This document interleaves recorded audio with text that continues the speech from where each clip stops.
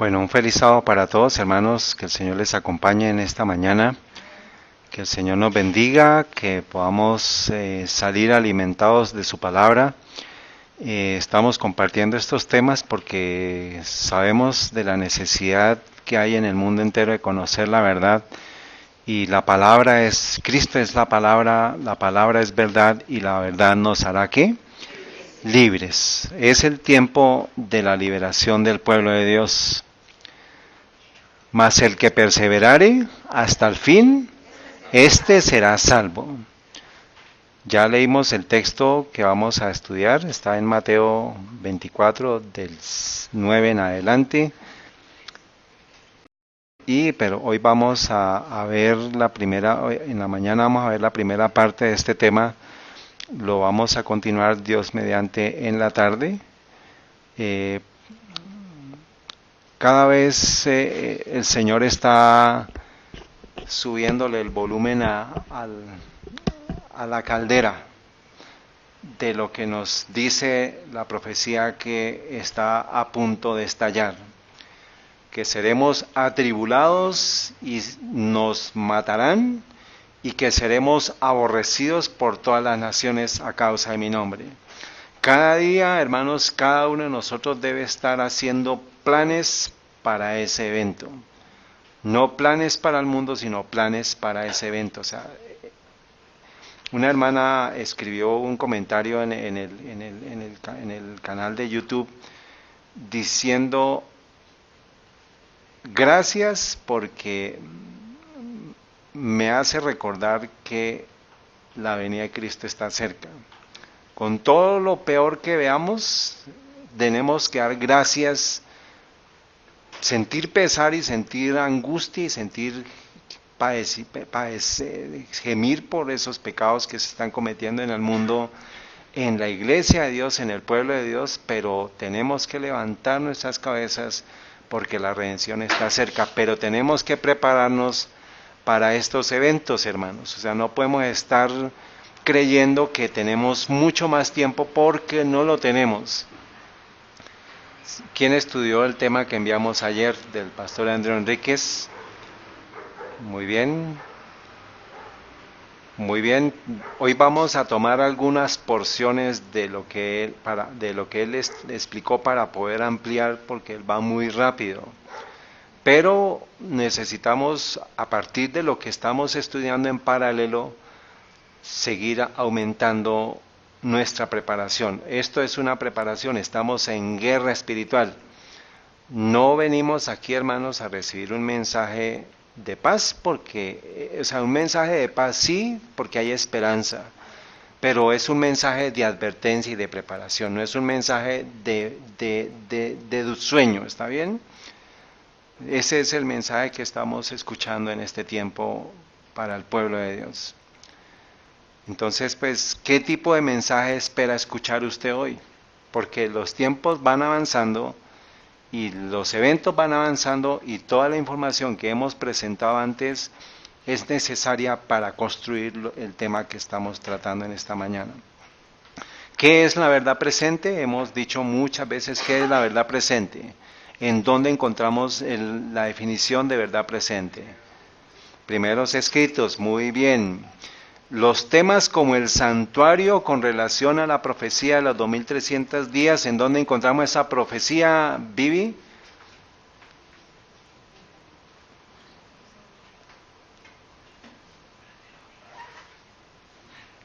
Lo que están estudiando también allá con Nico.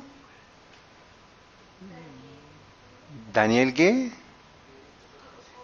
8, 14, muy bien.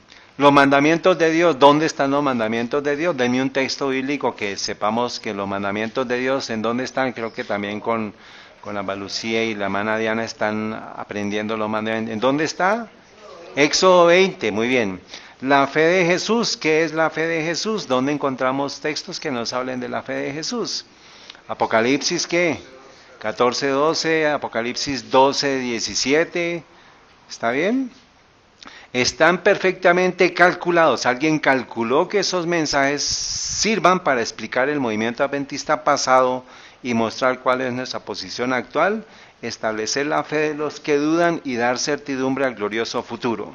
O sea, nosotros tenemos que tener claro esos mensajes, hermanos. La presentación anterior pasamos una secuencia de capítulos de la gran controversia que nos ayude a poder entender qué es la verdad presente. Entonces, estamos en el 2019, ya la plataforma de Daniel 8:14 es la base de todo, pero está construida a partir de los mensajes angélicos, del mensaje del primer ángel, del segundo ángel, del tercer ángel. Dice, me fueron mostrados 3 escalones, los mensajes del primer ángel, del segundo ángel, del tercer ángel, y dijo mi ángel acompañante, hay de aquel que mueva un bloque o una clavija de estos mensajes. La verdadera comprensión de estos mensajes es de importancia vital. El destino de las almas depende de la manera en que son recibidos. Entonces, dice, nuevamente se me hizo recorrer estos mensajes y vi a cuán alto precio había obtenido su experiencia el pueblo de Dios. Lo obtuvo por mucho padecimiento y severo conflicto. Mateo 24:9 nos habla de un padecimiento y un conflicto que viene, y eso es lo que hace falta para que se complete los que van a ser mártires en este tiempo. Usted tiene que estar preparado, ya sea para la muerte hoy o para la venida de Cristo hoy también. Y la pregunta es, hermanos, ¿cuántos estamos haciendo la preparación necesaria para esos eventos? Entonces, día a día usted necesita, finalizando el día, ¿qué debe orar? ¿Cuál es su oración? Dígame un texto que sea una promesa que me haga estar en paz. ¿Qué salmo es, Blanquita? ¿Blanquita? No, se va a acordar desde ya. Salmo, ¿quién, Antonia, lo sabes? ¿Cuál es? ¿En paz?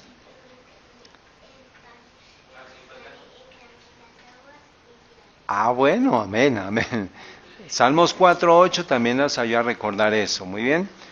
Día a día tenemos que estar a paz, o sea, si hoy, hermana Clemencia, si este es el último día que nos podemos ver, el día siguiente a la resurrección, nos vamos a decir, hemos vencido, estuvimos en paz, me acosté en paz hoy, porque nadie tiene la vida asegurada en estos tiempos peligrosos.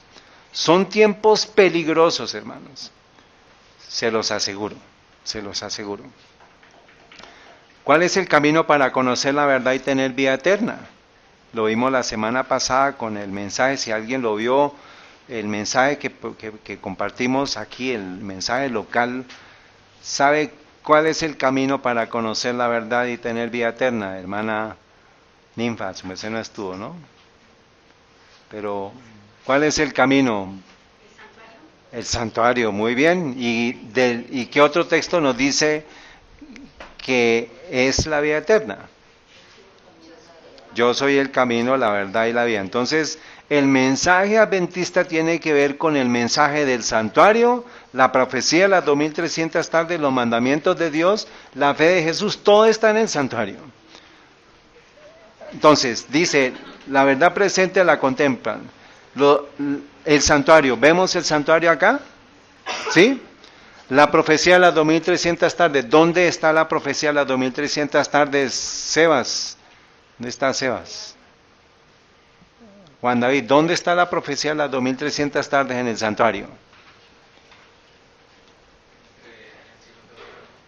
¿Y qué fecha?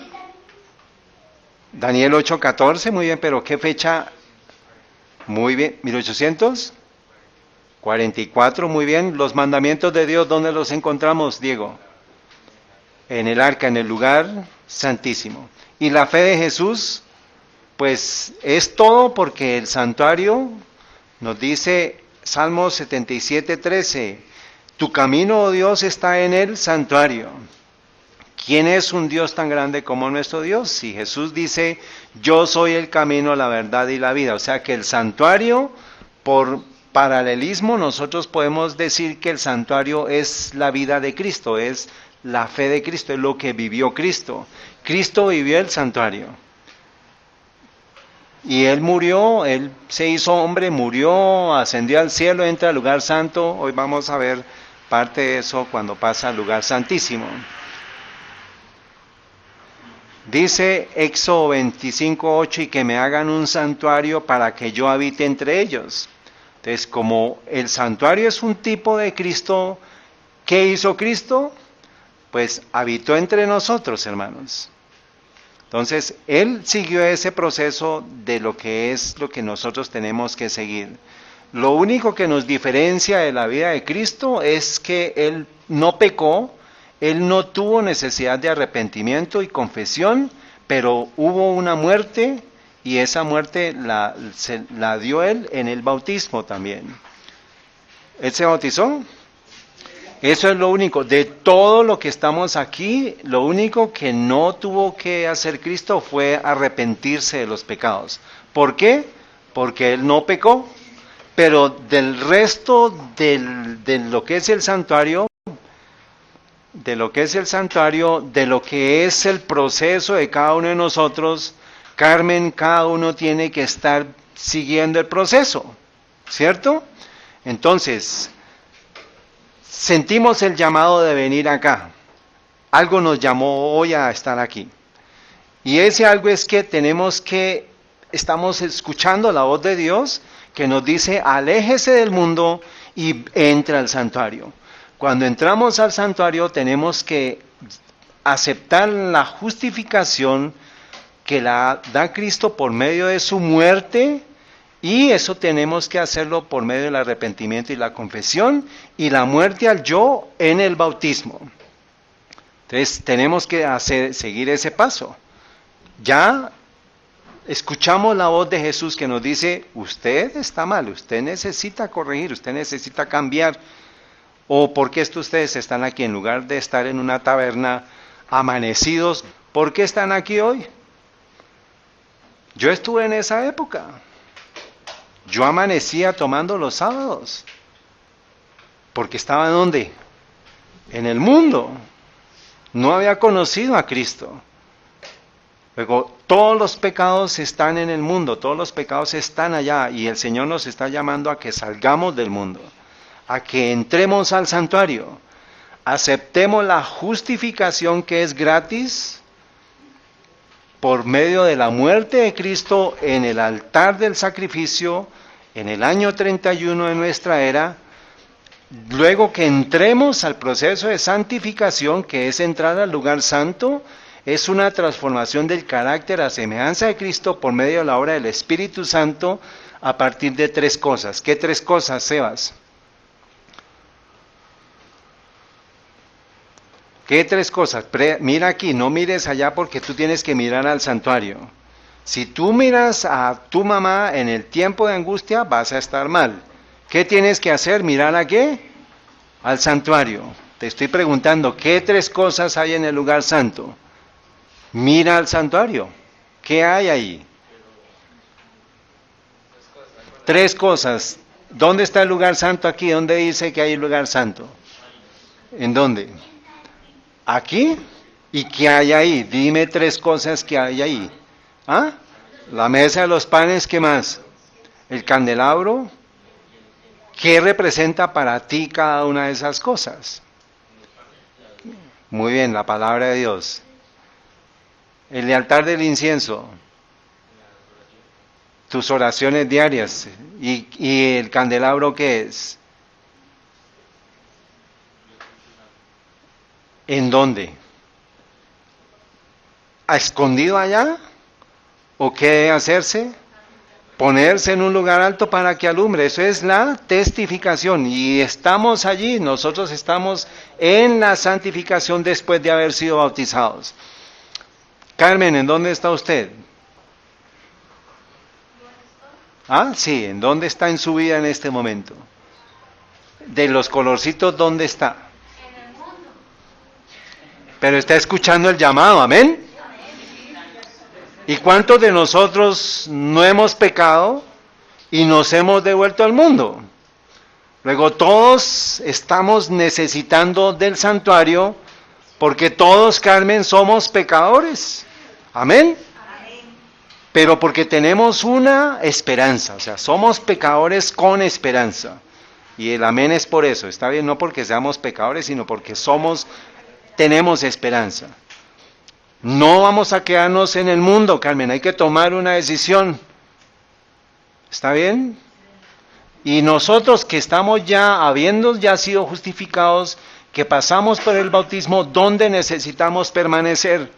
En el lugar santo. Muy bien, Samuel, en el lugar santo. Muy bien. Entonces, dice Éxodo 25:8, y que me hagan un santuario porque yo habite entre ellos, y mira, hazlo conforme a su modelo. Se hizo porque era un modelo con relación a un santuario que hay ¿dónde? En el cielo. Eso es la verdad que el adventista del séptimo día necesita compartir con el mundo. Hay un santuario celestial y el modelo que se le mostró fue el que se construyó para que se hiciera el santuario terrenal. Pero ya no solamente se queda allá en el tiempo de Moisés, sino tenemos a Cristo como nuestro sumo sacerdote, dice Hebreos 4:14. Esto es un resumen de lo que vimos la semana pasada en beneficio de las personas que no vinieron. Dice, por tanto, teniendo un gran sumo sacerdote que traspasó los cielos, Jesús el Hijo de Dios, retengamos nuestra profesión. ¿Hacia dónde se fue él?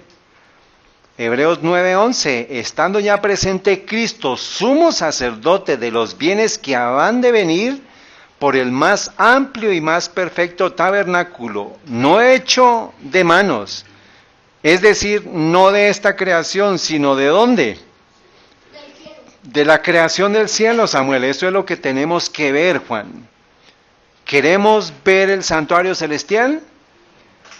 Entonces tenemos que ver el modelo que se nos dejó aquí en la tierra. Y eso nos lleva al Antiguo Testamento para poder entender lo que sucedió en el tiempo de Moisés. Vamos a ver, hermanos, ¿alguien ha escuchado hablar de Nehom? Nehom. Bueno, tarea. Daniel 8:14. ¿Qué, Blanquita? ¿Qué vimos? ¿Qué es? ¿Ah?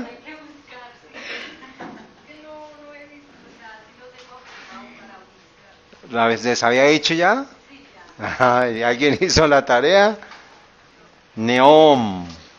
No me lo van a decir ahorita que ya empezaron por allá los aparatos electrónicos. No, presten atención acá. Y Daniel 8:14 nos dice que en la profecía, llegando a 1844, el santuario iba a ser purificado. O sea que ese santuario que habla Daniel 8:14 no es el santuario de Moisés, sino es el santuario que menciona Hebreos 4:14 y Hebreos 9:11, que es el santuario celestial. ¿Está bien?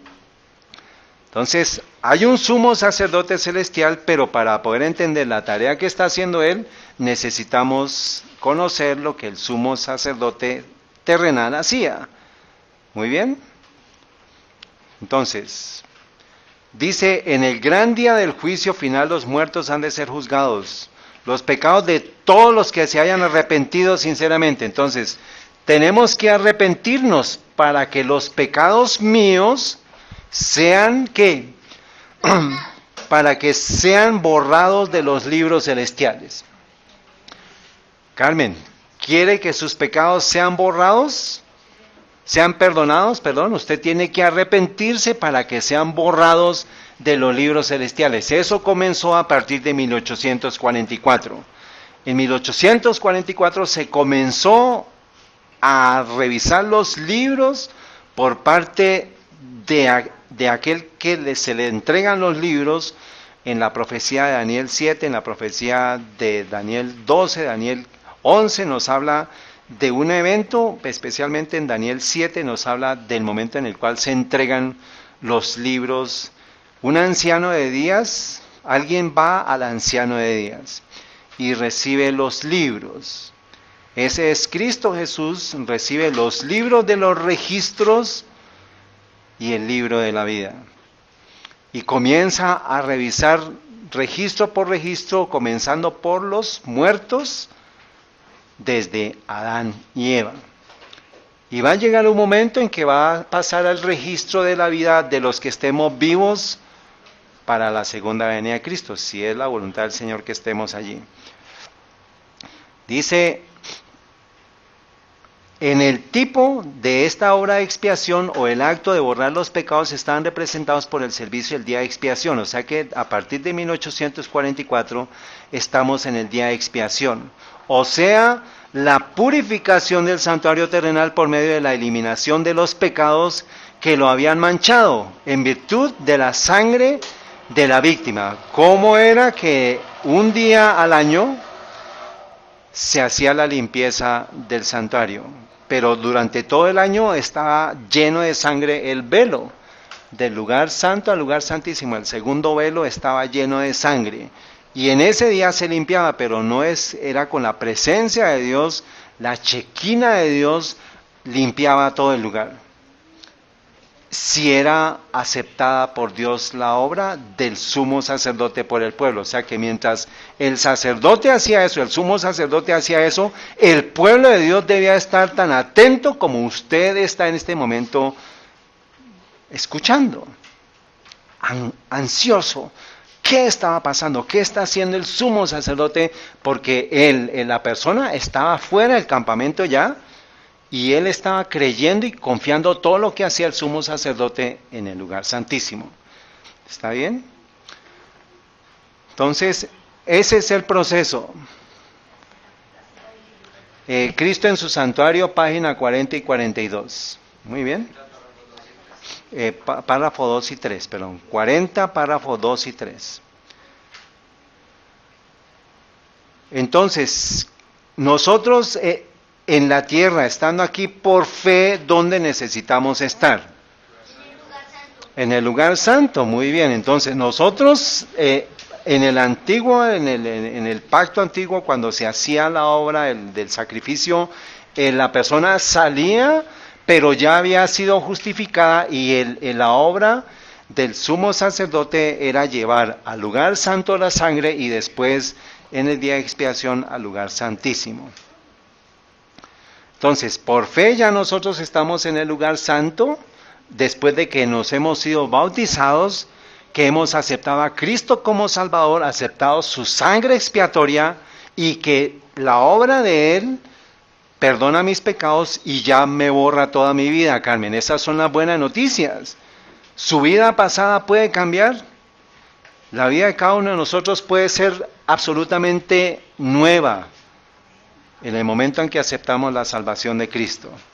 Y ya estamos en el lugar santo, pero estamos viendo hacia el lugar santísimo, porque esa es la obra. Entonces, vimos nosotros 4 principios. ¿Quién me quiere repetir los 4 principios? Y ¿quién me quiere ayudar en dónde se ubican cada uno de esos principios? El primer principio, Blanquita. ¿Cuál es el primer principio? ¿Alcanzó a estar la semana pasada? Entonces, ¿el primer principio cuál es? Muy bien, con relación al llamado aquí, pero con relación a la obra de Cristo, a la obra nuestra en el santuario, ¿cuál es? El principio número 1. Correcto, entonces, que Cristo es mi portador de pecados en el santuario. ¿Dónde se daba eso, Blanquita? ¿Dónde se hacía el acto que la persona al animal que traía para sacrificio le colocaba las manos? La persona pecadora traía al santuario al animal para sacrificarlo. ¿Y dónde le colocaba las manos? Sí, pero ¿en qué parte del santuario?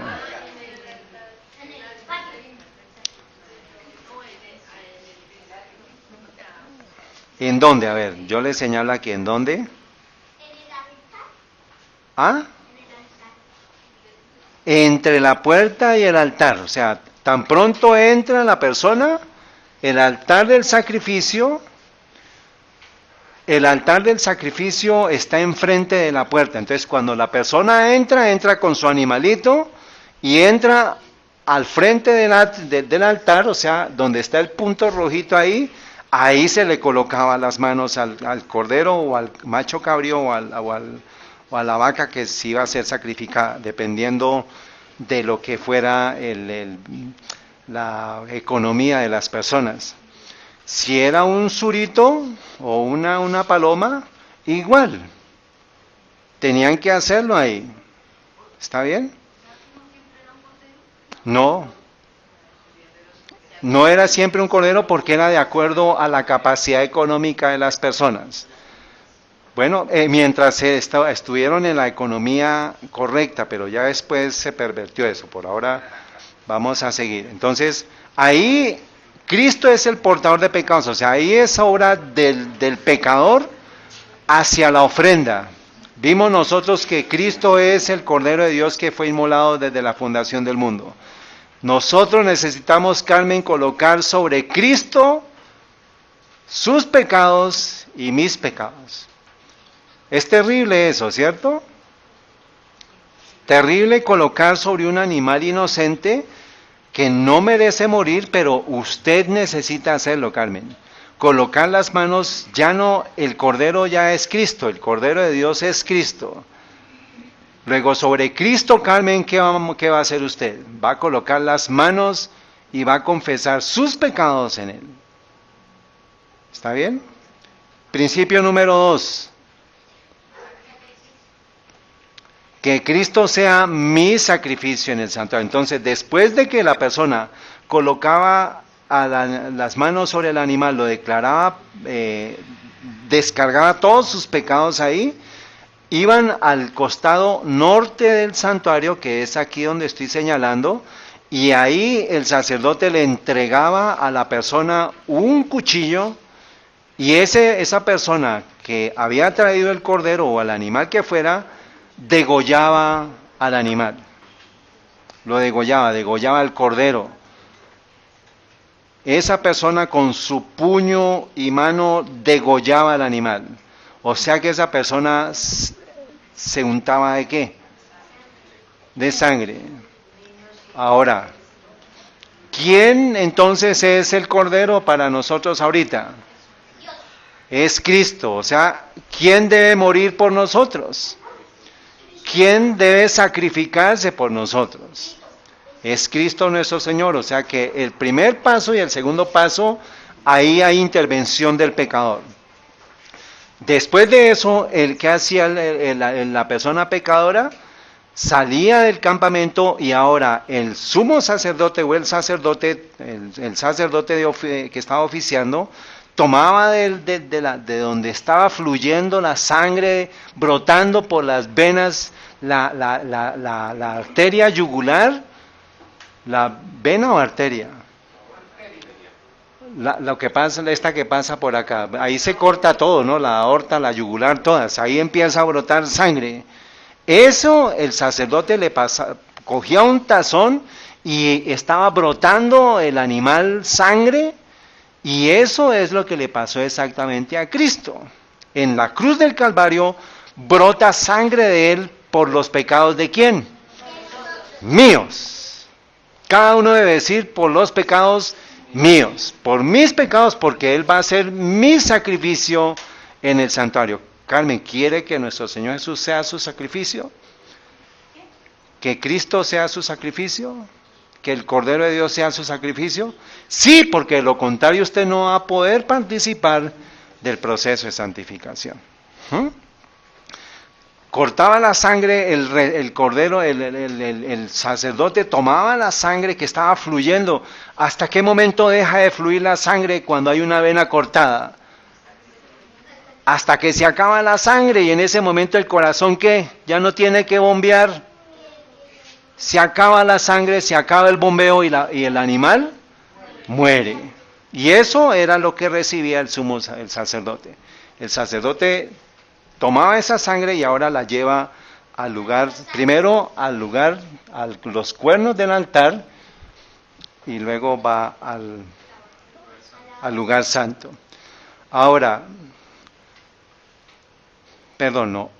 el cordero, la sangre antes de última es que es es llevada al altar del sacrificio, pero entra al lugar santo y ahí hace la tarea. Eso para que ustedes lo lean en el libro de Levítico. Principio número 3.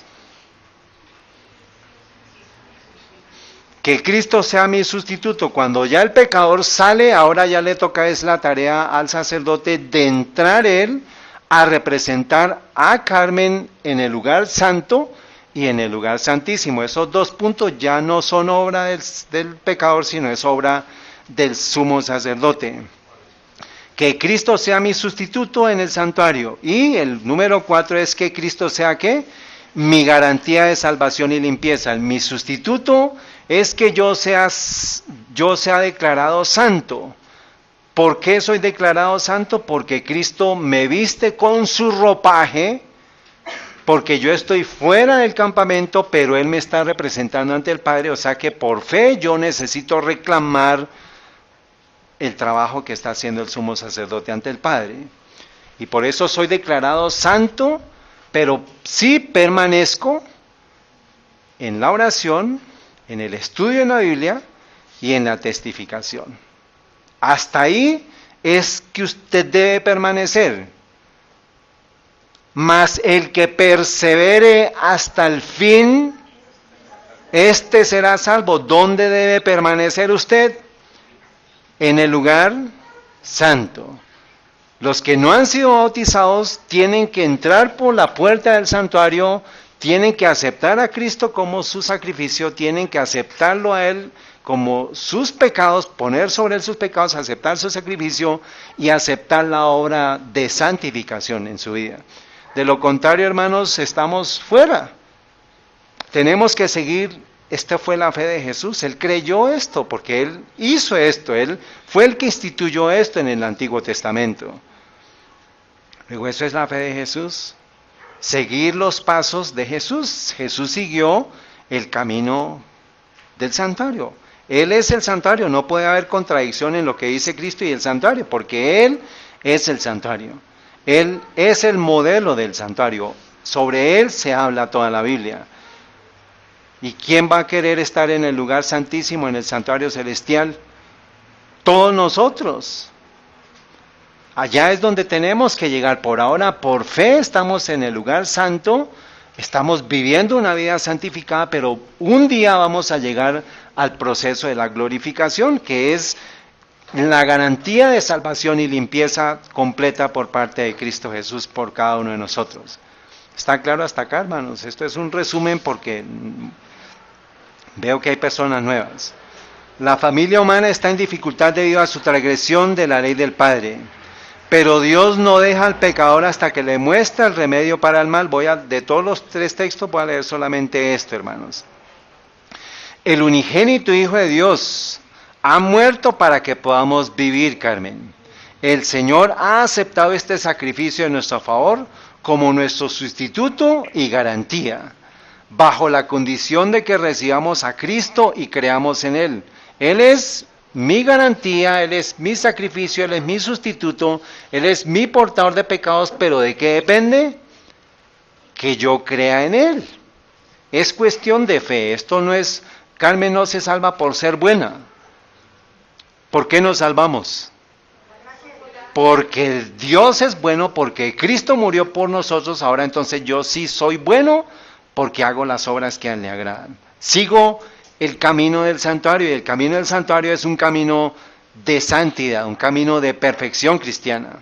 ¿O acaso el que está en el santuario, está en el lugar santo, está cometiendo adulterio? ¿Dónde está eso? En el mundo. Yo quiero entrar en el santuario, entonces yo necesito vivir una vida en santidad. Santidad a Jehová es lo que el pueblo de Dios necesita para este tiempo. Sigue diciendo. Dice, bajo la condición de que recibamos a Cristo y creamos en Él. El pecador debe ir a Cristo con fe y aferrarse de sus méritos. Entonces no es bueno César, no es bueno Nicolás, no es buena Connie, no es buena Alba Lucía, no es buena Soledad, nadie es bueno. Todos somos trapos de inmundicia. Pero ante los ojos de Dios, por fe, yo acepto a Cristo como Salvador. Dice, Debo aferrarme a los méritos de Él, poner sus pecados, mis pecados, sobre aquel que los lleva y recibir perdón. O sea, debo entregarle mis pecados. Eso no significa que yo le entrego mis pecados y voy por otros pecados al supermercado. O volver a cometerlos porque me salgo y necesito otra vez el proceso del santuario. Y termino aquí, ahí termino, pero eso es una decisión, el pecado es una decisión voluntaria. Ser homosexual es una elección voluntaria, pero ¿hay solución para el homosexual? Claro que sí, porque hay una sola sangre. ¿O es que acaso hay una sangre con el rótulo sangre para homosexuales, o sangre para rateros, o sangre para ladrones, o sangre para mentirosos, sangre para adúlteros? No, hay una sola sangre y esa sangre es la sangre preciosa de Cristo que limpia mis pecados. Así como limpió mis pecados, puede limpiar cualquier pecado. ¿O no? ¿Quién conoce los pecados más que nosotros mismos? Luego, hay solución. La sangre de Cristo es un remedio, un antídoto para todos los pecados. Son buenas noticias, hermanos. ¿O no? Buenas noticias. El ladrón en la cruz, ladrón, asesino, mentiroso, ¿qué más pecados no logró hacer? Y sin embargo fue perdonado. ¿Está bien? Muy bien. Así se dice, debido a esto vino Cristo al mundo. Esa es la gran noticia. Así se imputa la justicia de Cristo al pecador arrepentido que cree. Entonces la condición es creer. ¿Y creer qué sinónimo tenemos de creer? Fe. ¿Y qué dice Romanos 1:16? 17, la fe viene por el justo, por la fe vivirá. Romanos 10 es el que dice que la fe viene por el oír. Llega a ser miembro de la familia real. Entonces, el colorcito, llega a ser miembro de la familia real. ¿Cuándo va a ser eso?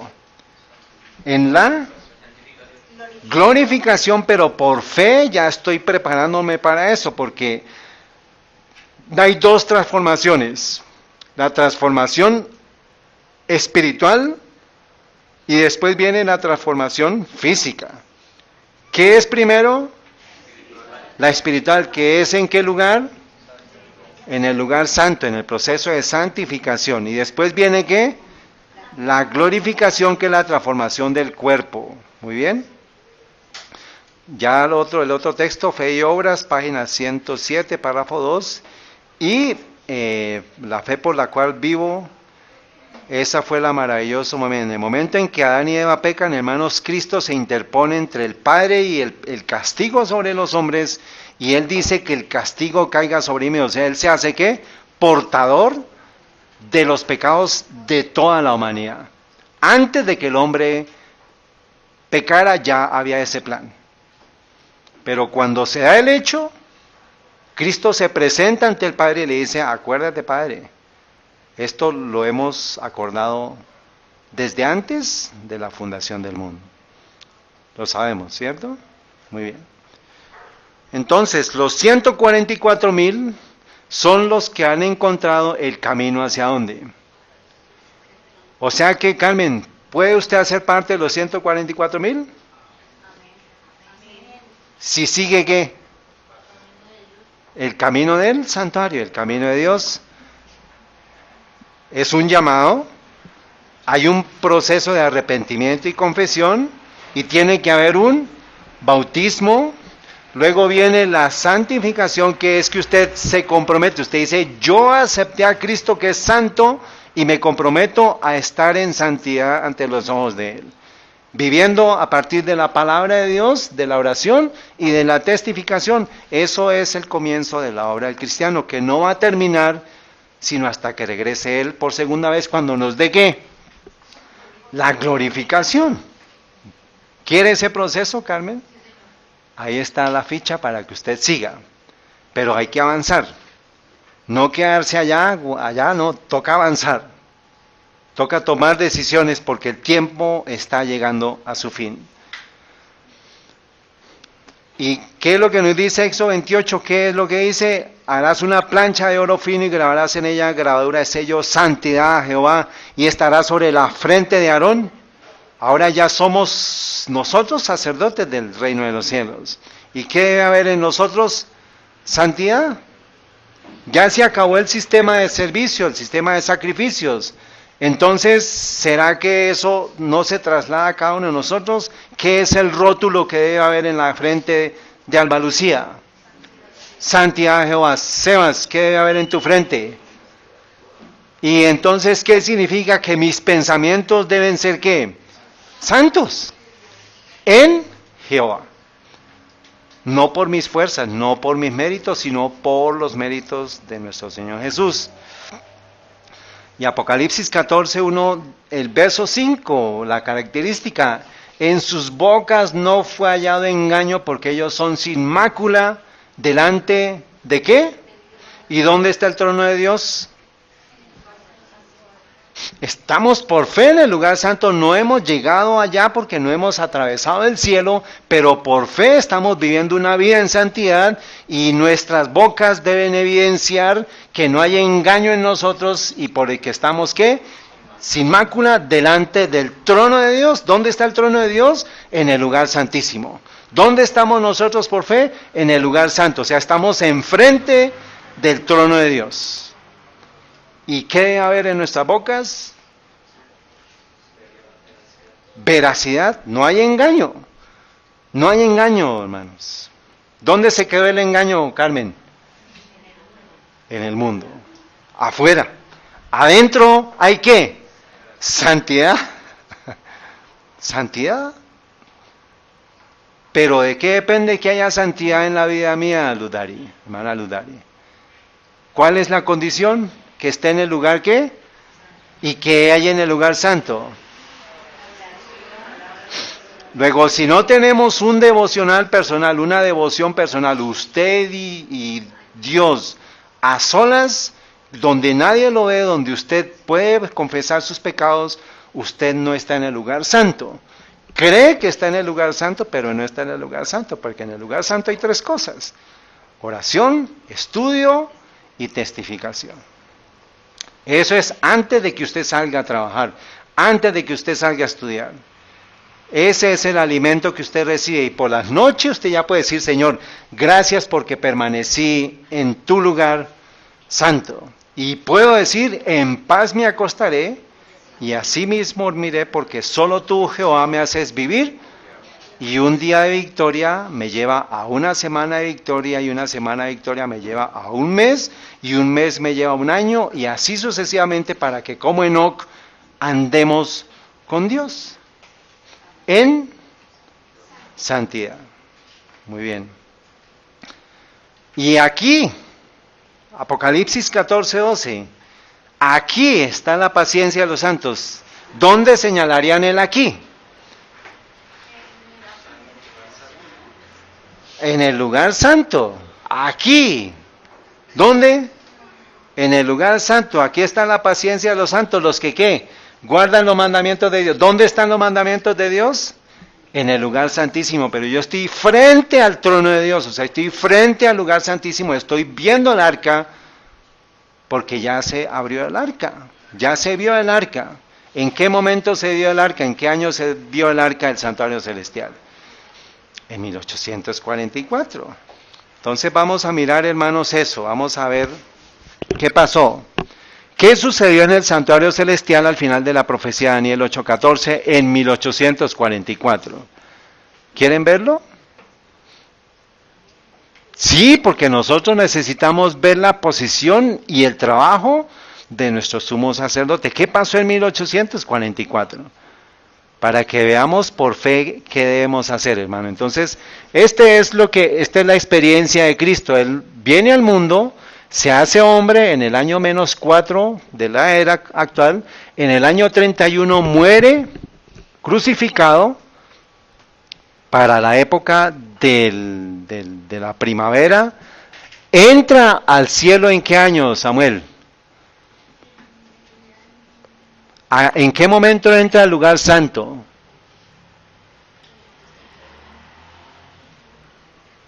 En el mismo año, en el año 31. ¿Y en qué momento pasa el lugar santo al lugar santísimo? En 1844, de acuerdo a la profecía de Daniel, que es la purificación del santuario, que es el día de expiación en el cielo. Y Apocalipsis 11, 19 dice, y en el templo de Dios fue abierto en el cielo, y el arca de su pacto, ¿dónde está el arca del pacto?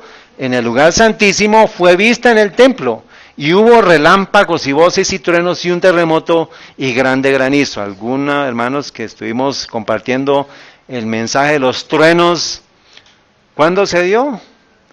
En 1844, cuando se ve que el arca del pacto. Bueno, entonces vamos a cambiar lo que es la experiencia de todo lo que es Apocalipsis 1 en adelante, todo lo que es la obra de Cristo en el cielo, pero vamos a dejarlo para que nosotros también nos veamos ahí.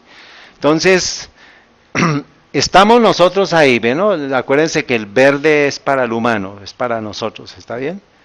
Y ahora está, Cristo debería estar en qué lugar antes de 1844. En el lugar santo, correcto. Entonces tenemos al hombre y a Cristo en el lugar santo, ¿está bien? Dice, Primeros Escritos, página 54, el fin de los 2300 días. Esta es una parte de algo que habíamos estudiado, que alguna vez Lucía preguntaba, bueno, ¿y cómo sabemos que estaba parado, que estaba sentado? ¿Se acuerdan? Lo vamos a ver. Vi un trono, y sobre él se sentaba ¿quién? El Padre y el Hijo. Me fijé en el rostro de Jesús y admiré su hermosa persona. O sea, ese trono en donde debe estar de acuerdo a la secuencia de la profecía antes de 1844, o sea, antes del 22 de octubre de 1844. ¿En dónde está Cristo? Por eso les dije. Entonces, ¿en dónde está ese trono? Debería estar en el lugar santo. ¿Está bien? Dice, no pude contemplar la persona del Padre, pues lo cubría una nube de gloriosa luz. Pregunté a Jesús si su Padre tenía forma como él. Dijo que la tenía, pero que yo no podía contemplarla porque dijo, si llegases a contemplar la gloria de su persona, dejarías de existir. Delante del trono, vi a ¿quién? Al pueblo adventista. O sea, el pueblo adventista, ¿en dónde está? En el lugar santo. ¿Está bien? Y la iglesia y el mundo. Vi dos compañías, entonces ahí ella ve dos compañías. O sea, enfrente del trono ve a dos compañías. A la iglesia, ¿y cuál es el otro grupo? El mundo. ¿Sí? ¿Está bien? La una postrada ante el trono, profundamente interesada, mientras que la otra no manifestaba interés y permanecía de pie. Entonces, de los dos grupos, ¿cuál es el pueblo adventista? ¿El que está postrado o el que está de pie?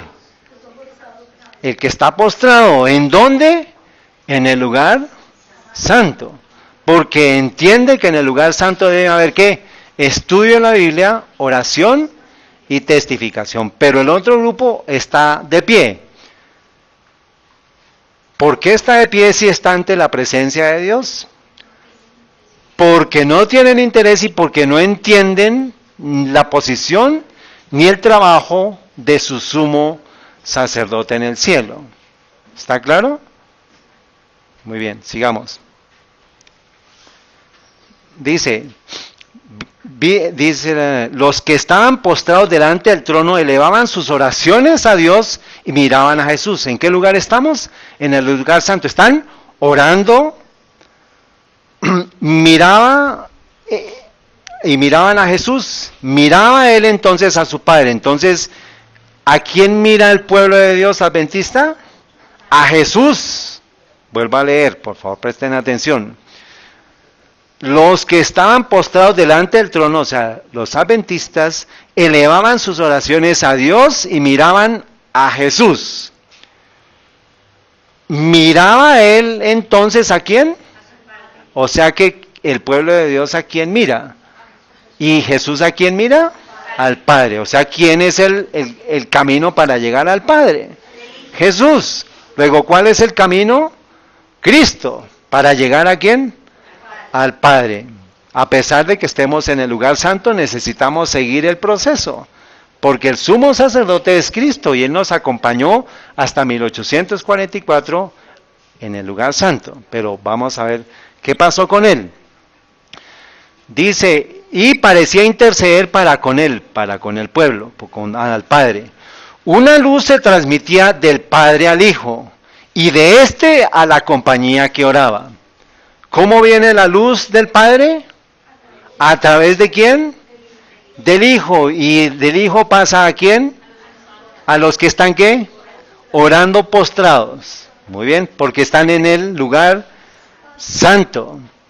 Entonces vi que una luz excesivamente brillante procedía del Padre hacia el Hijo, y desde el Hijo ondeaba sobre el pueblo que estaba delante del trono. Muy bien. Pero pocos recibían esa gran luz. Muchos salían de debajo de ella y la resistían inmediatamente. O sea que miren hermanos, por favor tengan esto en cuenta. Entonces vi que una luz excesivamente brillante procedía del Padre hacia el Hijo, y desde el Hijo ondeaba al pueblo que estaba delante del trono. Pero ¿qué sucede? Pero pocos recibían esa gran luz. O sea que hay un movimiento adventista que aparentemente está recibiendo la luz, pero ¿la recibieron cuántos? Pocos. Muchos de ellos, de los que están postrados, salían debajo de ella y la resistían inmediatamente. Otros eran descuidados y no apreciaban la luz, y ésta se alejaba de ellos. Algunos la apreciaban y se acercaban para postrarse con la pequeña compañía que oraba.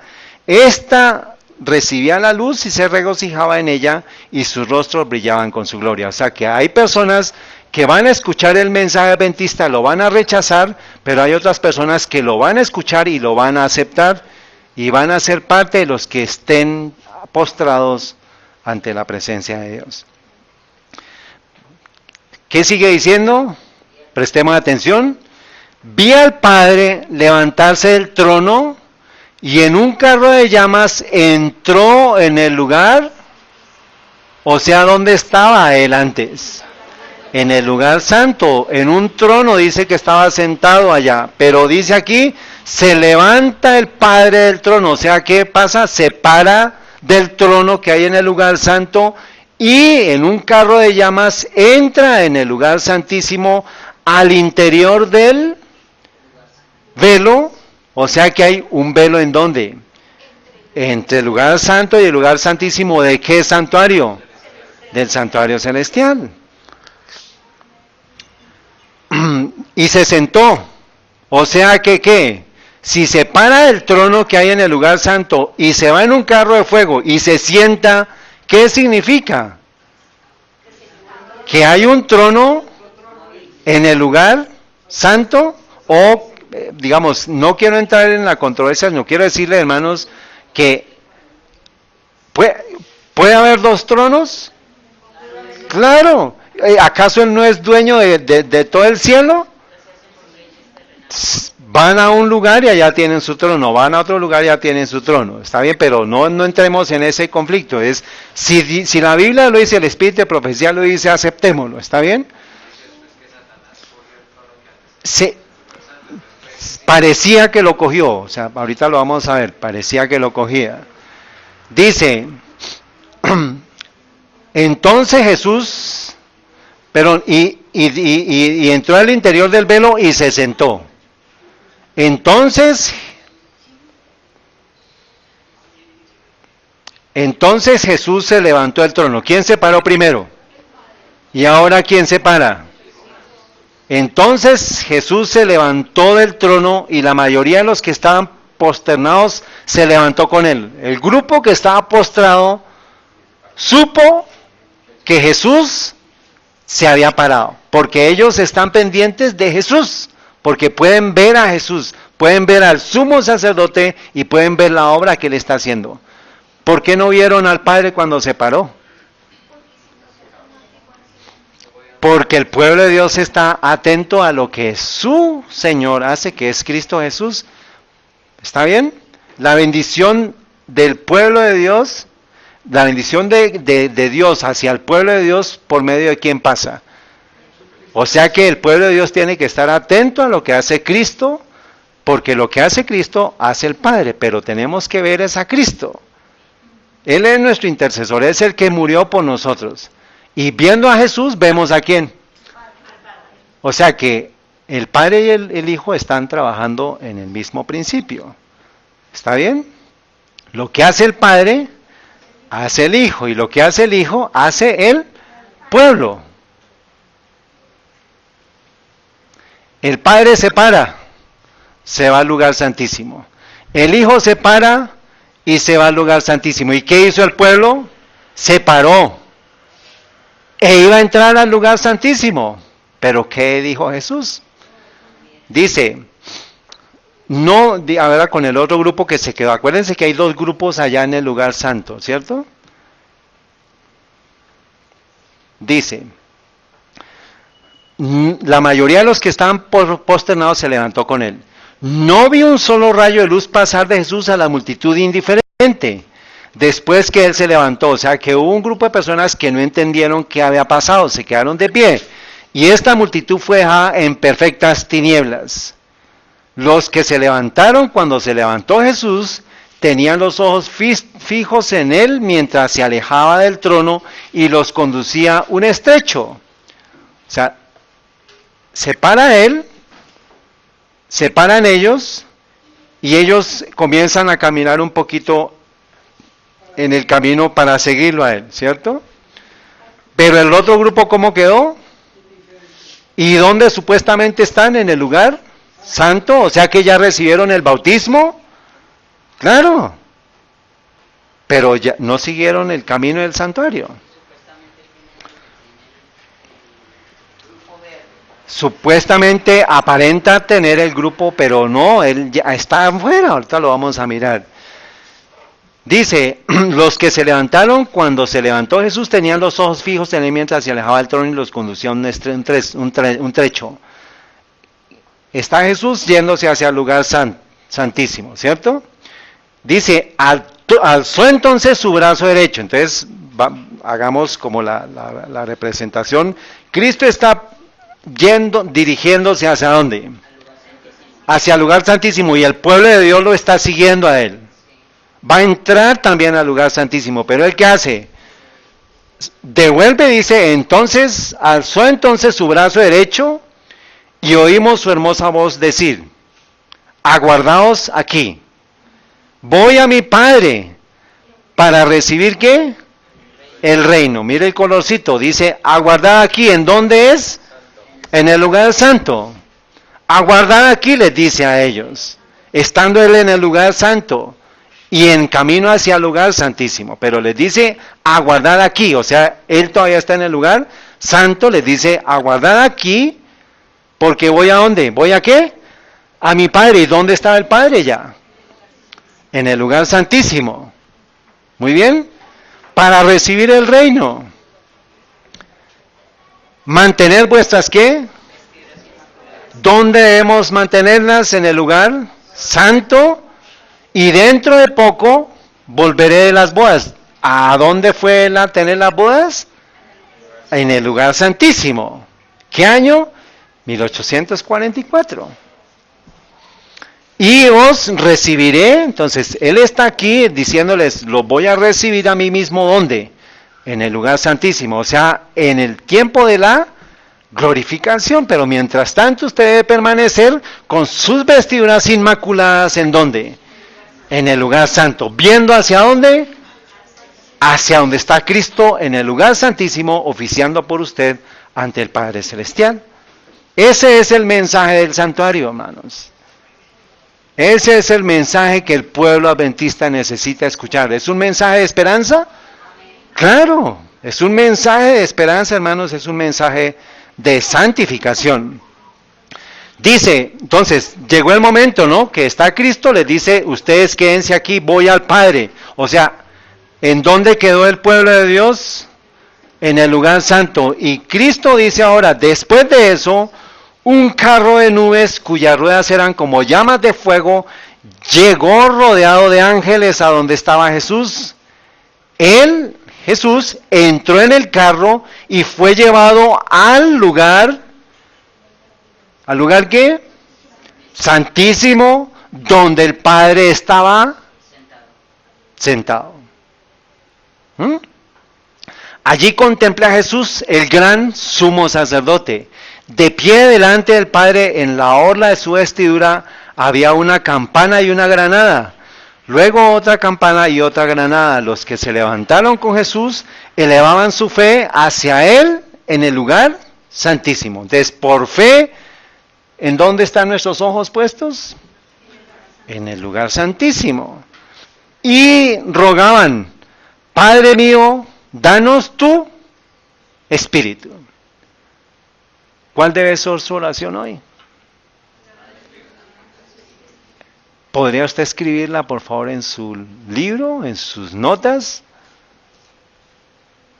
Desde 1844 el pueblo de Dios está diciendo, Padre mío, danos tu espíritu. Padre mío, danos tu espíritu.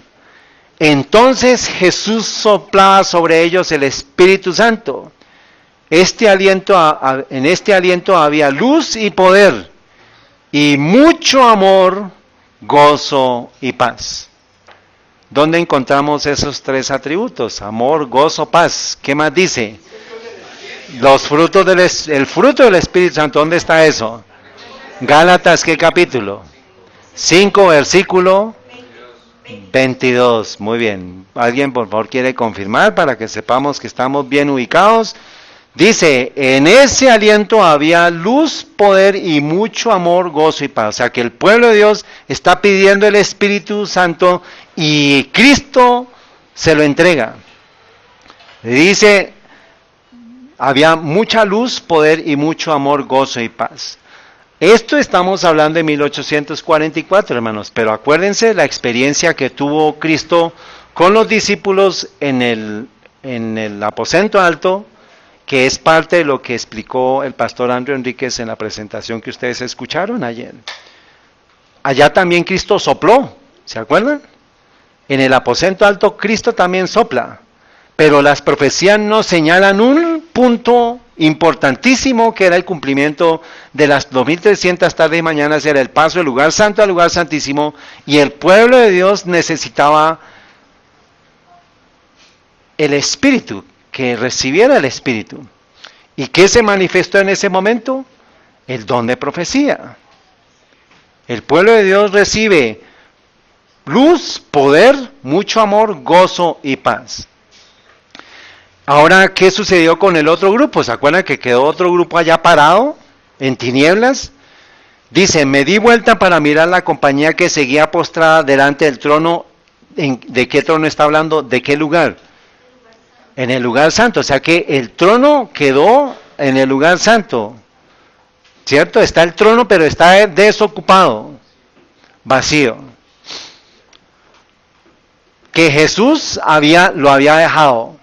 Satanás parecía estar al lado del trono. Entonces, no puede sentarse en el trono de Dios, se hace pasar por Dios, se quiere sentar en el trono de Dios, pero no puede. Luego, ¿qué es? Parece estar al lado del trono. Satanás trata de falsificar a Cristo, trata de falsificar a Dios, por eso es que dice la visión, Satanás parecía estar al lado del trono. Entonces, como no se puede sentar, aparenta ser Dios, dice, parecía estar al lado del trono procurando llevar adelante la obra de ¿quién? O sea, estaba siendo impostor o falsificando o suplantando la obra de ¿quién? Pero ya Jesús y el Padre, ¿dónde estaban? En el lugar santísimo. Vi a la compañía que estaba indiferente, que no entendió lo que va a pasar en 1844, alzar las miradas hacia el trono, donde ya no está Dios, donde ya no está Jesús, parece que está al lado Satanás, porque Satanás ya no les permitió entrar al trono de Dios allá. O sea que Satanás falsifica porque él físicamente él no podía estar en el lugar santo. ¿Por qué no? Satanás fue expulsado. ¿En qué momento se le cerró la entrada al cielo? Cuando Cristo muere en la cruz. O sea, por eso es que dice, la profeta dice, Satanás parecía estar al lado, o sea, él falsifica la apariencia de santidad, de que él está en el lugar santo, pero en realidad no lo está, porque él no puede estar en el lugar. Estamos viendo la visión del lugar del trono celestial, del santuario celestial. ¿Está claro, hermanos? Dice, Satanás, y vi a la compañía alzar las miradas hacia el trono y orar, Padre, da nuestro espíritu. O sea que ellos también oraban, ¿qué? Lo mismo. Y miren lo terrible del engaño. Satanás soplaba entonces sobre ellos, sobre ella, una influencia impía. Jesús también sopló una influencia santa. Pero Satanás hace lo mismo, falsifica la obra de Cristo en el santuario celestial, haciendo creer que es Dios. Dice, soplaba entonces sobre ella una influencia impía. ¿En ella había luz? ¿En el primer grupo había luz también? Sí.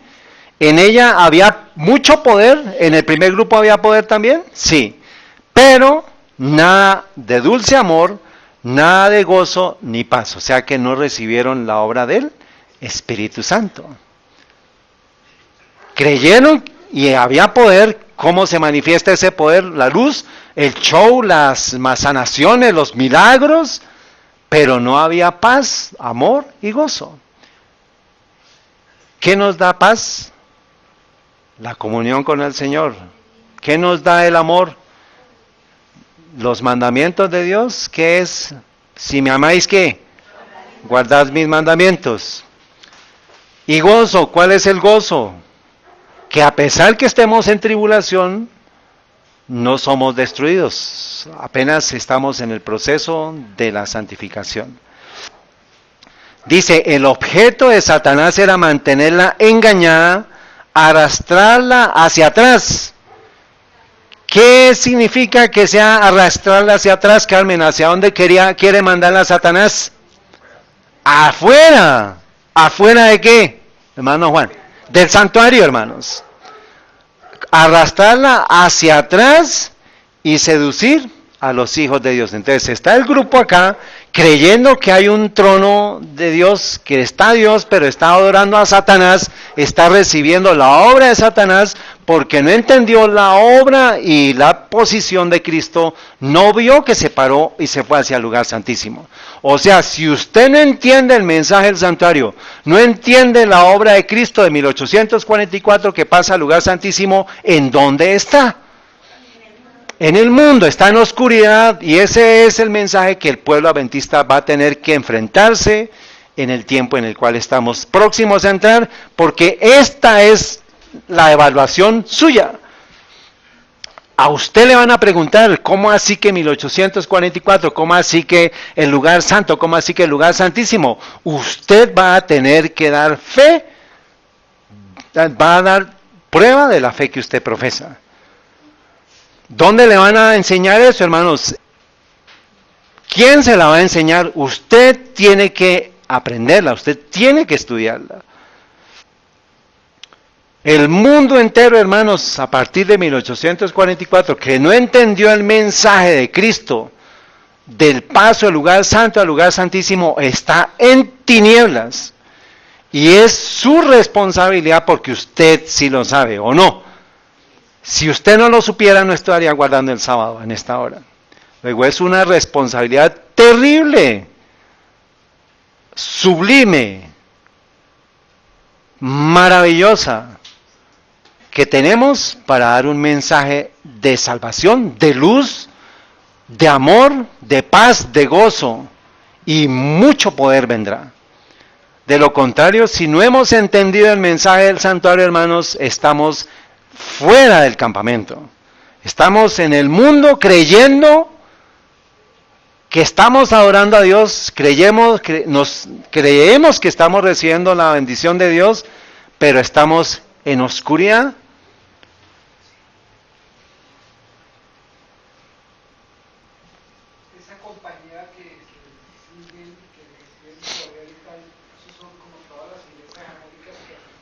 Sí, señor, eso es 1844, los que rechazan el mensaje de los tres ángeles, los que no aceptan la obra de Cristo en el santuario celestial y los que niegan la obra del santuario. Lo que muchos cristianos creen que la obra de Cristo terminó en la cruz y resulta que no.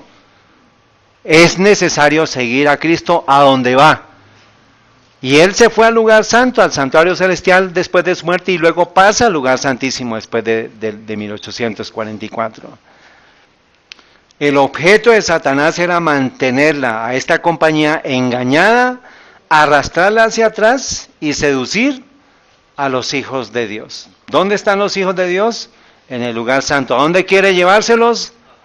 Afuera del campamento, otra vez al mundo. O sea, la profecía nos dice que se cerró una puerta y se abrió otra en 1844. ¿Qué puerta se cerró para el pueblo de Dios? ¿O debe mantener cerrada? Del lugar santo al atrio. El primer velo debe mantenerse cerrado. ¿Y qué debe mantenerse abierto? ¿Por qué? Porque estamos viendo, dice Apocalipsis 11, y el templo de Dios se abrió y se vio el arca de la alianza. O sea que nosotros ya no podemos sí por elección, pero si salimos del mundo salimos al mundo es nuestra decisión. Esa puerta, dijo Dios, la puerta que yo cerré, nadie la debe abrir, y la puerta que abrí, nadie debe cerrar. Pero con nuestros actos nosotros decimos, no sabe que yo puedo abrirla. Y si se va, pues se va a dónde, hermanos. ¿Y a quién está siguiendo? A Satanás. Sus seducciones, sus engaños lo han hecho salir del campamento. Entonces, en lugar de estaba acá, hermanos, ese grupo. ¿Y hacia dónde se fue? Hacia el campamento. Y quedó destituido de la gloria de Dios. Porque la gloria de Dios se recibe si usted permanece en el lugar santo. Entonces hay dos grupos, hermanos. El pueblo de Dios, por fe en el lugar santo, viendo el arca del lugar santísimo. Y esto es adoración hacia el templo y su arca, que es adoración al Creador, o sea, adoración en sábado. Y el otro grupo, el pueblo de Satanás, que regresa al mundo viendo otra arca. ¿Me creerían ustedes que están viendo otra arca? Y les voy a decir cuál es ese arca. Adoración hacia el oriente y su arca falsa, que es adoración solar a la creación, o sea, en domingo. Es una invitación, hermanos, para que ustedes vean la serie de los 25 varones de Ezequiel 8:16 para que entiendan a lo que nos estamos haciendo referencia cuando hablamos de estos términos. ¿Está bien? Esto está publicado en el canal de YouTube para que ustedes lo tengan en cuenta. Entonces, ¿en dónde necesita estar todo el pueblo adventista desde 1844? Más en realidad, ¿en dónde está la gran mayoría del profeso pueblo adventista?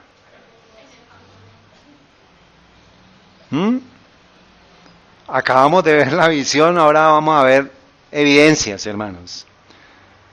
Hay dos opciones, o estoy en el campamento o estoy en el lugar santo. O sea, ya para este momento ya no hay puntos intermedios.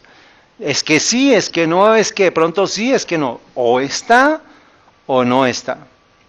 Y esto fue lo que vimos en esa serie de los 25 varones. Si usted está participando en el movimiento ecuménico, ¿usted está afuera o adentro?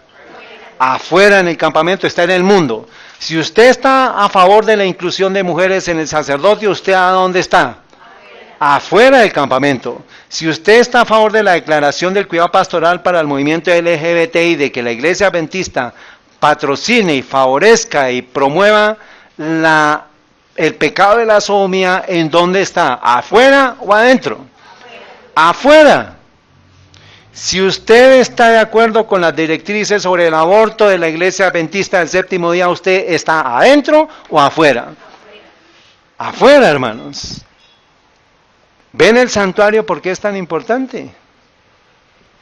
Si usted está de acuerdo con la declaración sobre el compromiso de preservar el medio ambiente con relación al tema de la encíclica Laudato Si, todo lo que tenga que ver con el medio ambiente, del cuidado pastoral, del cuidado del medio ambiente que se promueva a nivel teológico, entienda, hermanos, que usted está en los caminos de Satanás.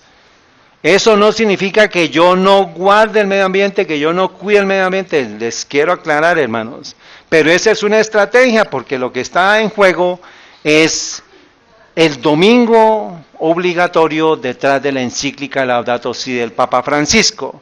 O sea, todo el que hable de que hay que cuidar el medio ambiente, ya tiene su mente ¿en dónde? En Laudato Si en el mundo. Está en Babilonia. ¿Por qué? Porque no ha entendido. Una cosa es la persona que es ignorante de eso y otra cosa es un líder como el presidente adventista del séptimo día, Ted Wilson, o cualquiera de los que están en la dirigencia promoviendo el tema del cambio climático. No pueden ver lo que esperan, hermanos. Voy a leerles este texto. La gran controversia 56, párrafo 2. La ordenanza bíblica de la Cena del Señor, en las versiones anteriores dice, en el rito bíblico, dicen palabras que no son las originales. Sí, esa es parte de los cambios que le hicimos, del original dice, la ordenanza bíblica de la Cena del Señor. ¿Dónde está eso? La ordenanza bíblica de la Cena del Señor, ¿qué colorcito es? ¿Que corresponde a qué? Al lugar santo. Cristo dijo, hagan esto en conmemoración mía hasta que yo regrese. Dice, fue suplantada por el sacrificio idolátrico de la... ¿Quién quiere suplantar a Dios? Satanás. ¿Por medio de qué? O sea que un hijo de Dios que está en el lugar santo, que está en el santuario, ¿va a participar de la misa? Porque la misa, ¿a dónde nos manda? Afuera. Al mundo, hermanos. ¿Estamos viendo el santuario? El santuario es su ficha para poder ver todos los eventos actuales que necesitamos estar estudiando. Los sacerdotes papales aseveraban que con sus palabras podían convertir el simple pan y el vino en el cuerpo y la sangre verdaderos de Cristo. El cardenal Weisman dice en un libro, en un artículo, la presencia real del cuerpo y de la sangre de nuestro Señor Jesucristo en la santa ¿qué? Eucaristía. O sea que cuando usted escuche misa o Eucaristía, ¿está dónde? Afuera. Está afuera. Está destituido de la gloria de Dios. Usted que conoce, usted que conocía del lugar santo, se salió. Pero una cosa es el que está en el mundo, que escucha el llamado y que vivía en el mundo, vivía en la misa, vivía en la Eucaristía, pero entró ¿a dónde? Al santuario. Ahora ya no va a participar de la misa, sino de la cena del Señor. ¿Ven que es más fácil verlo con el santuario y los colorcitos? Con blasfema presunción, ellos se arrogaban el poder, los católicos, los sacerdotes, se arrogaban el poder de crear a Dios, el creador de todas las cosas. Se obligaba, ¿quién obliga? ¿El que está en el lugar santo o el que está en el mundo? El que está en el mundo, el sistema papal. Se obligaba a los cristianos ¿dónde están? En el lugar santo, so pena de muerte, a confesar su fe en esta horrible herejía que insulta al cielo. Este es un cambio que también hicimos en el español, dice que insultaba, pero el inglés dice insulta. O sea que es ¿qué? Presente. ¿Y qué va a pasar con usted, adventista del séptimo día, cuando usted se levante a hablar estas verdades ante el poder mundial? ¿Qué dice Mateo 24:9? ¿Seréis qué? Aborrecidos y perseguidos y muertos. Vemos hacia dónde nos está conduciendo el santuario, hermanos. No, cada vez hay menos opción de decisiones. Esta horrible herejía que insulta al cielo. ¿El cielo en qué colorcito está? Porque es el lugar santísimo, hermanos. Multitudes que se negaron a ello. ¿Quiénes son ellos? Los fieles que están en el lugar santo. Se negaron a ello, fueron entregados ¿a dónde? A las llamas. ¿Murieron en dónde? En el lugar santo. O sea que son santificados y ¿qué les espera? La glorificación.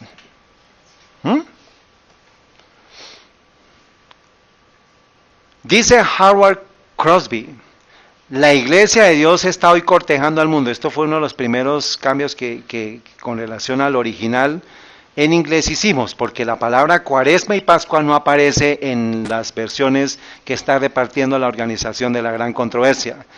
Dice, la iglesia de Dios está cortejando al mundo. ¿Ven los colores?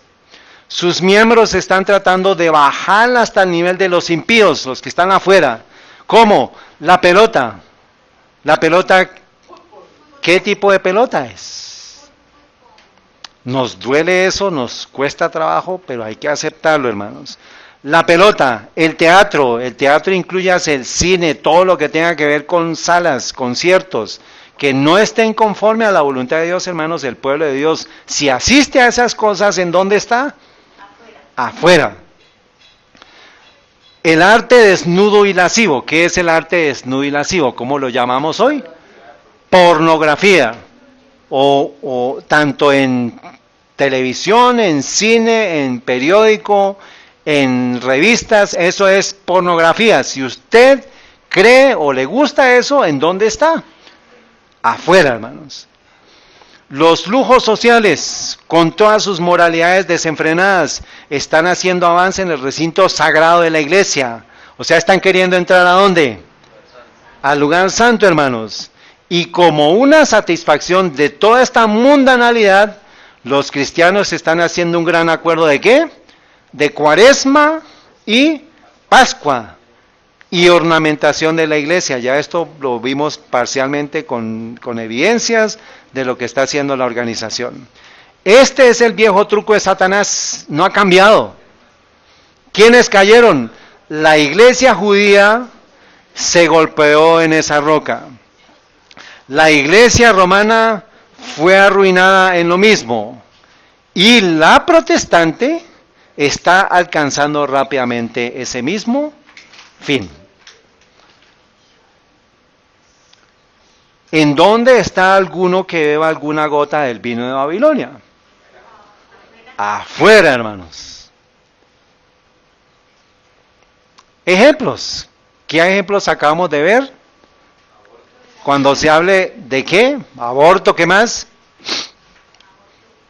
¿Qué más? Homosexualidad, ¿qué más? Ecumenismo, ¿qué más? Ordenación de mujeres, ¿qué más? Muy bien, ¿y qué otras cosas estamos de lo que acabamos de ver? Cuando se hable de qué? De misa, Eucaristía, Cuaresma y Pascua. Domingo, cuando me hablen de domingo, ya eso me lleva ¿a dónde? A oración solar, a la Eucaristía. Cuando me hablen de misa, Eucaristía, está asociado el domingo. Cuando me hablen de Pascua, igual esos son términos católicos, eso es vino de Babilonia. Doctrinas de hombre, hermanos. Luego, ¿en nuestro lenguaje deben aparecer esas palabras? ¿O recibirlas, o predicarlas, o publicarlas? Parte de lo que, hermanos, estuvimos compartiendo con el mensaje, digamos, lo que se tradujo el hermano del pastor Andrew Enríquez, parte de esta información ya él la comenta, pero voy a pasar muy rápido. Esto es parte de entender. Miremos el título, hermanos. Yo busqué hace poco, escribí Pascua, Eucaristía y Cuaresma. Lo primero que encontré fue esto que me pareció maravillosamente profético.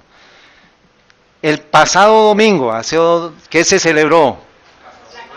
La Pascua. Y miren el artículo de la Ciprensa, que es una página católica, dice, ¿qué es la Pascua? ¿Y qué dice el rotulito, qué dice el dibujo? ¿El qué?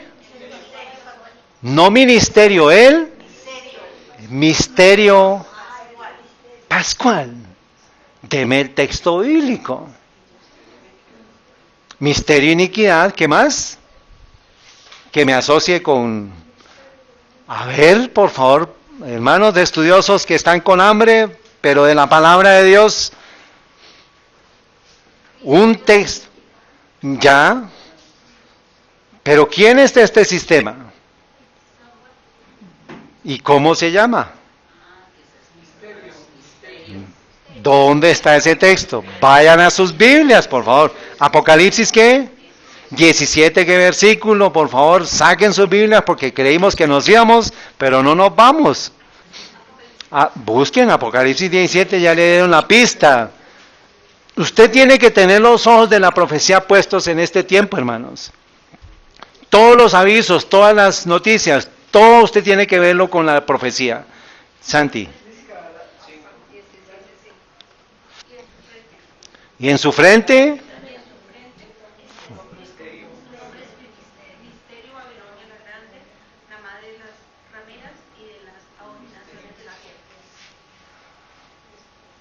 ¿Vemos el titular?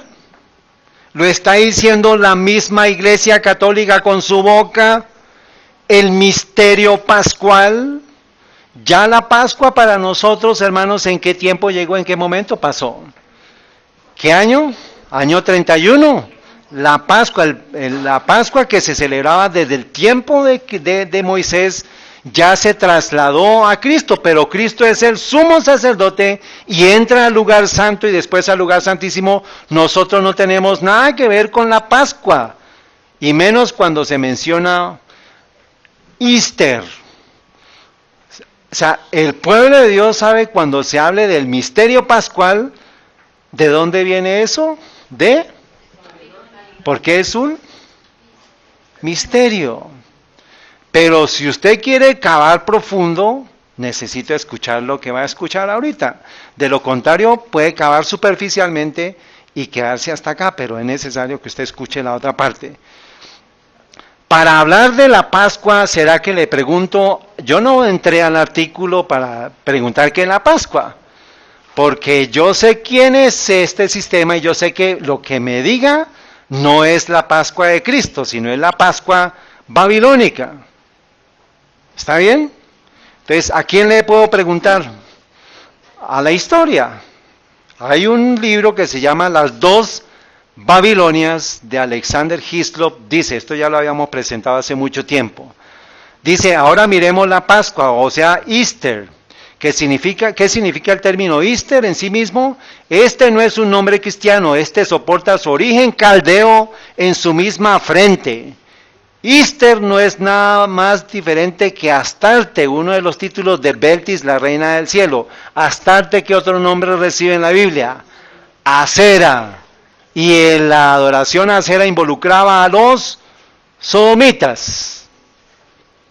O sea, cuando usted hable de Easter, de Pascua, ya por ende está introduciendo la adoración a Astarte o la adoración sodomita. ¿Y cuál es una de las cosas que se aprobó en la Iglesia Adventista? Las doctrinas para aceptar el tema de la homosexualidad. Por eso es que vamos a ver ahorita el tema de la Pascua, qué significa para la Iglesia Adventista el séptimo día corporativa. Porque nos toca acabar profundo, hermanos. No podemos dejarnos engañar tan fácil. Este nombre, como fuese encontrado por hallar en los monumentos asirios, ¿es quién? Ishtar. Por eso allá Easter viene de Ishtar. O sea, cuando a usted le hablen de Pascua, el misterio pascual, no le están hablando de Cristo, sino le están hablando de Ishtar, o Easter, o Astarte. Les voy a mencionar aquí otros nombres, Bel, Moloch. Ambos títulos pertenecen al mismo Dios. Vamos a ir avanzando rápidamente. Esto está en el libro de las dos Babilonias, que sigue diciendo, Baal, Easter, Passover era el nombre original de la Pascua, que era dejar pasar. Acuérdense que el ángel de la muerte pasó de largo al pueblo de Dios, pero no tiene que ver nada con la Pascua católica. Dice, este festival no era idolátrico y fue precedido por la Cuaresma.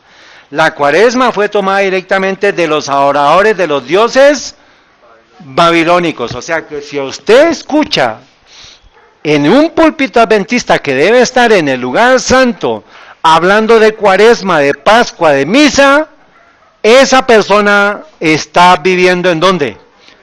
En el mundo, y no está viviendo en el lugar santo porque no ha entendido cuál es la posición del santuario celestial.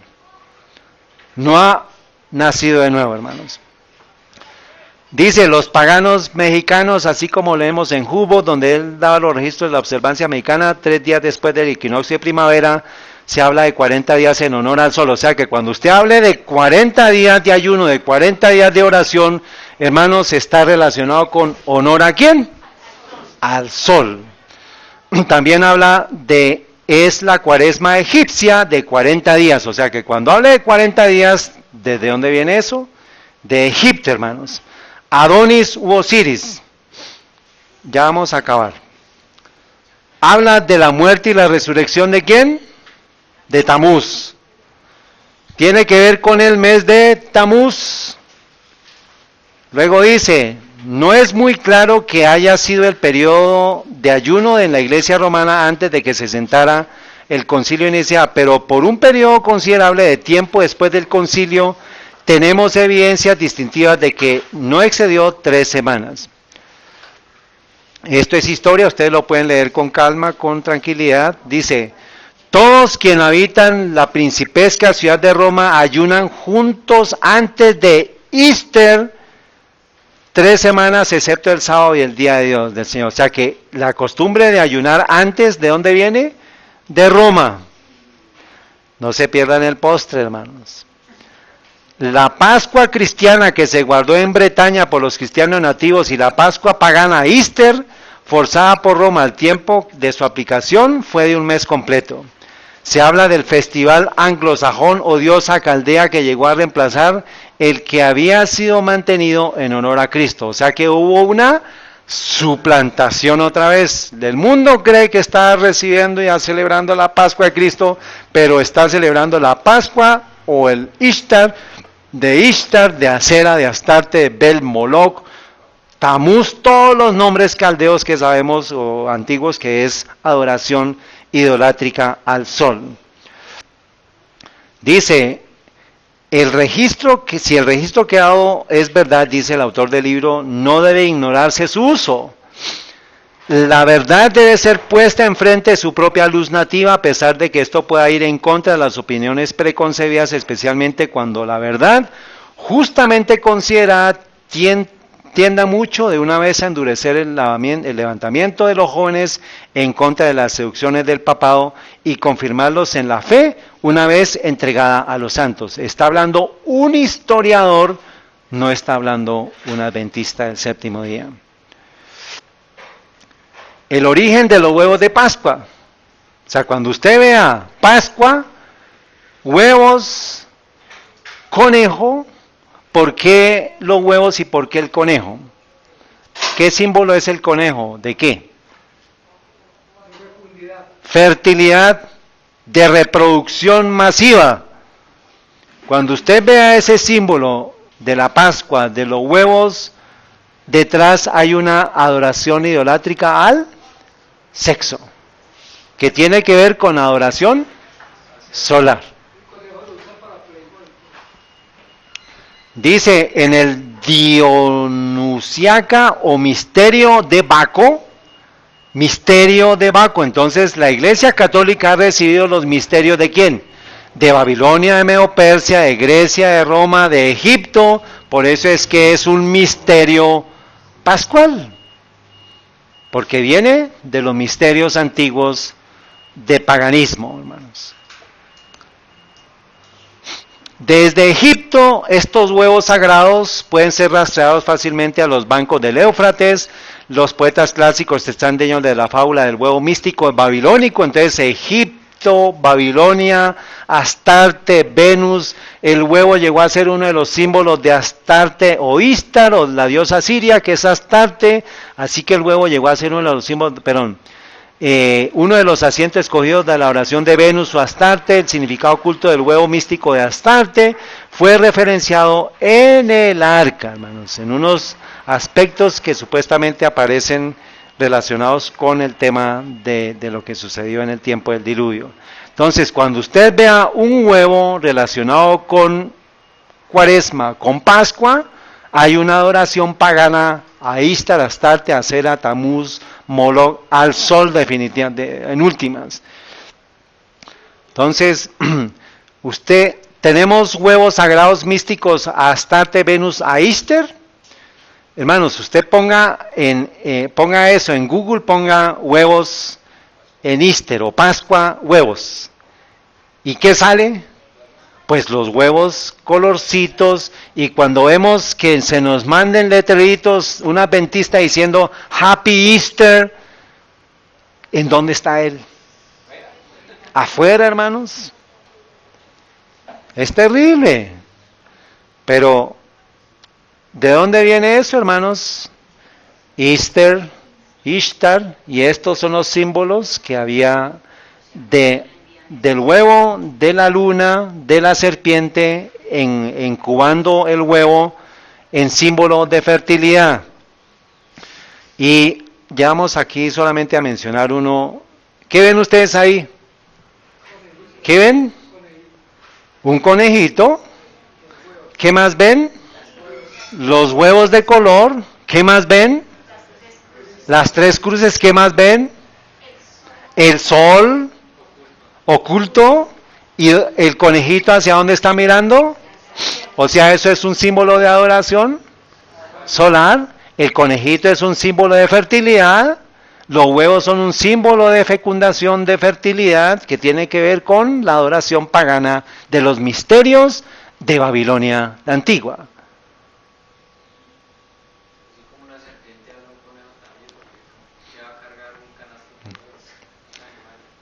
Abril, ¿qué? 17 del 2019, del registro adventista de la Conferencia del Pacífico de Australia.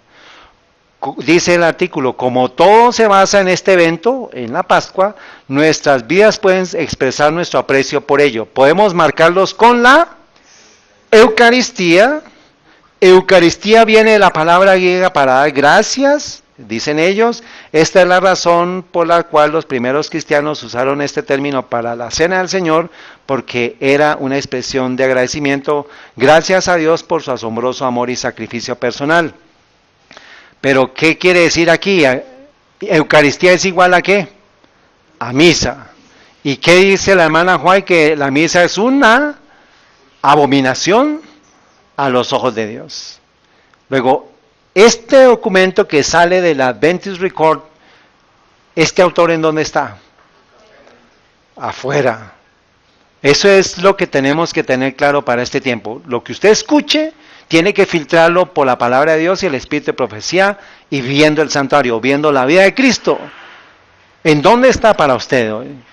Si usted escucha esto, hermano, no tiene que hacer nada en ese lugar donde está escuchando esto. Si usted lo invitan a la Cuaresma, a la Pascua, a la Eucaristía, hermanos, usted está en el lugar equivocado. Usted está fuera del campamento. Luego, ¿qué tiene que hacer para entrar en el campamento? Salirse de donde está escuchando esto. Es claro, hermanos, el tiempo para tomar decisiones se acabó. O sea, de estar en la duda, perdón. Se acabó. O está usted adentro en el lugar santo o está afuera en el mundo. ¿Cómo? Recibiendo el vino de Babilonia. Una gotica, usted ya está contaminado. Eucaristía, misa, Cuaresma, 40 días. Terrible. Terrible, hermanos. Sigue diciendo, Pablo no tuvo problema para comer alimentos sacrificados a los ídolos. Dice, citando Romanos y Corintios, esto lo profundiza el pastor, pero dice, para algunos era un rito religioso pagano, no era nada para Pablo, ya que no le asigna un significado pagano. O sea, él quiere decir, si yo menciono la palabra Eucaristía, no es pagano. Si yo menciono la palabra misa, no es pagano. Es dependiendo de lo que yo quiera significar, pero no. Misa es misa, Eucaristía es Eucaristía, independientemente de la boca que salga. Si sale de un adventista, peor. porque significa que no entendió el mensaje del santuario, hermanos. Textos. ¿A qué Pablo se refiere él? ¿De qué cisterna rota está bebiendo, hermanos? ¿De qué Biblia alterada, modificada está leyendo? Hechos 15:2 dice, así que cuando Pablo y Bernabé tuvieron una disensión y contienda no pequeña con ellos, terminaron que Pablo y Bernabé fueran al concilio, llegaron a Jerusalén, están todos reunidos, está en el verso 19, Santiago se para y dice, por lo cual yo juzgo que no se moleste a los que de los gentiles se convierten a Dios, sino que les escribamos que se abstengan ¿de qué? De las contaminaciones de los ídolos y de fornicación y estrangulado y de sangre. Y sigue más adelante en el verso, entiende, que os abstengáis ¿de qué? De los sacrificados a los ídolos. O sea, si este autor dice que Pablo no tenía problemas, como dice el pastor Andrés Enríquez, en comer alimentos sacrificados a los ídolos, significa que él tenía idolatría o participaba de la doctrina idolátrica. ¿Y qué es lo que nos dice? Que nuestro cuerpo es un templo del Espíritu Santo. Luego, si yo como cosas inmundas, convierto mi templo en cosa inmunda. ¿Está claro, hermano? Entonces, este autor, ¿quién sabe de dónde está tomando estas letras, estas escrituras? 1 Corintios 10, 11, 31, pues si coméis o bebéis o hacéis otra cosa, hacedlo todo para la gloria de Dios. De la página donde usted entra, y yo hice la tarea, como el pastor Andrés Enrique la hizo, entra uno a la sección donde dice acerca del Adventist Record, dice Registro Adventista, la revista oficial de noticias y estilo de vida para la división del Pacífico Sur de la Iglesia Adventista del Séptimo Día. Es la división adventista del Séptimo Día del Pacífico Sur, no es una revista de la iglesia local, sino de la división del Pacífico Sur. ¿Y a quién le reportan ellos? Las divisiones, ¿a quién le reporta? A la conferencia general. Luego, ¿quién está aceptando y entendiendo y promulgando esto, hermanos? Díganmelo a nivel profético. El ACAP moderno. Es real lo que está pasando, hermanos, es triste. Esto es lo que nos dice, cualquier cosa que usted tenga que ver con estas declaraciones, hermanos, ya está en la apostasía omega. Eso lo estuvimos estudiando en el capítulo de la serie de los 25 varones. La apostasía alfa tuvo que ver con panteísmo, y la apostasía omega finalmente va a tener que ver con panteísmo también, adoración solar. Y eso es el pulpo. Satanás, por medio del papado, lo coge por el movimiento ecuménico, por la inclusión de mujeres, o por el cuidado pastoral a los LGBT, por el aborto, o por el medio ambiente. ¿Y qué país o qué institución ya no está involucrada con el tema del cuidado al medio ambiente? Entonces, esto es la doctrina, hermanos. Laudato Si es la carta de navegación del sistema papal para este tiempo. Y vemos todo lo que sucedió, y la Iglesia Adventista afirmó el tema del cuidado del cambio climático en diciembre de 2015, y ellos en mayo del 2015 sacaron su encíclica. Entonces, la encíclica Laudato Si, que es el cuidado al medio ambiente, cuidado a la tierra, nos habla de la adoración al sol. En el numeral 237 me habla del domingo, la participación en la Eucaristía tiene una importancia especial. El domingo es el día de la resurrección. La acción humana es preservada no únicamente del activismo vacío, sino también del desenfreno oral, la conciencia aislada. El descanso semanal, la ley del descanso semanal original imponía abstenerse del trabajo del séptimo día, lo dicen ellos. El descanso católico es una ampliación de la mirada que permite volver a reconocer los derechos de los demás.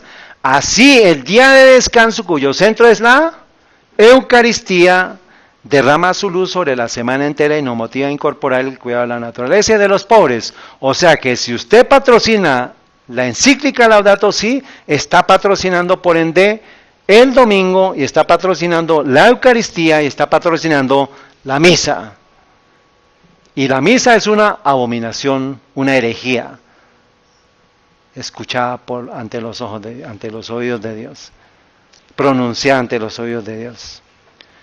Entonces, la profesa Iglesia Adventista del Séptimo Día, hermanos, ya alcanzó el fin del protestantismo, que se va a golpear contra esa roca por el acuerdo de Cuaresma y de Pascua, ¿Qué acabamos de ver?